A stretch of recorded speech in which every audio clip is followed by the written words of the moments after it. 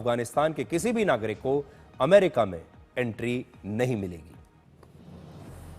America के बाद अब आपको हांगकांग में लगी एक जबरदस्त आग दिखाते हैं। हांगकांग के एक रेजिडेंशियल कॉम्प्लेक्स में लगी आग से 75 लोगों की मौत हो चुकी है, जबकि 279 लोग अब भी लापता हैं। यानी ये लोग किस हालत में हैं, ये जिंदा भी हैं या नहीं, इसके बारे में किसी को कोई खबर नहीं।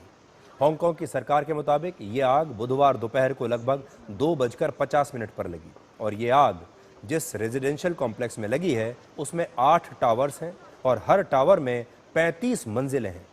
इस कॉम्प्लेक्स में आग 7 टावर्स तक फैल चुकी है, यानी अब सिर्फ एक टावर ही ऐसा बचा है जहां आग नहीं पहुंची है।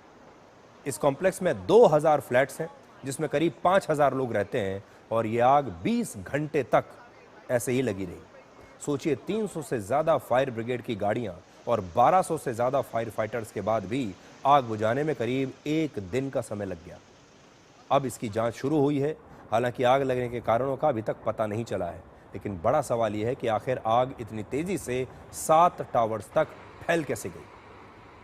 तो जिन टावर्स में सबसे पहले आग लगी उनमें वर्ष 2024 से ही रिनोवेशन का काम चल रहा था। इसके लिए सभी टावर्स में मजदूरों के काम करने के लिए बांस के जो स्ट्रक्चर्स हैं वो लगे हुए थे और आग लगते ही बांस का ये जो स्ट्रक्चर है ये तेजी से जलने लगा और फिर जलते हुए बांस दूसरे टावर्स पर गिरने लगे और इस तरह से इन बांस के स्ट्रक्चर्स की वजह से ये जो आग है ये सारे टावर्स तक फैल गई। आप देखिए, तस्वीरों में आप देख पाएंगे, क्योंकि इसमें मरम्मत का काम चल रहा था। चारों तरफ बांस का जो एक स्ट्रक्चर है वो बनाया गया था दीवारों के साथ साथ, जैसा आपने हमारे देश में भी देखा होगा, जब मकान बनाया जाता है तो उसके साथ बांस का एक स्ट्रक्चर लगा दिया जाता है।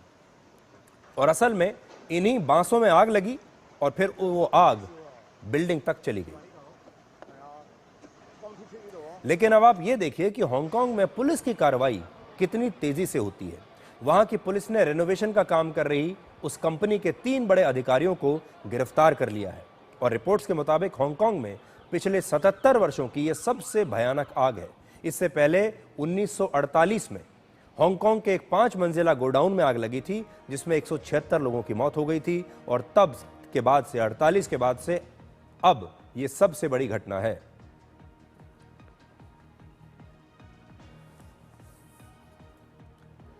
अब एक छोटा सा ब्रेक और ब्रेक के बाद आपको दिखाएंगे कि आतंकी डॉक्टरों के नेटवर्क के बाद अब कैसे आतंकवाद में वकीलों का एक नेटवर्क सामने आया है।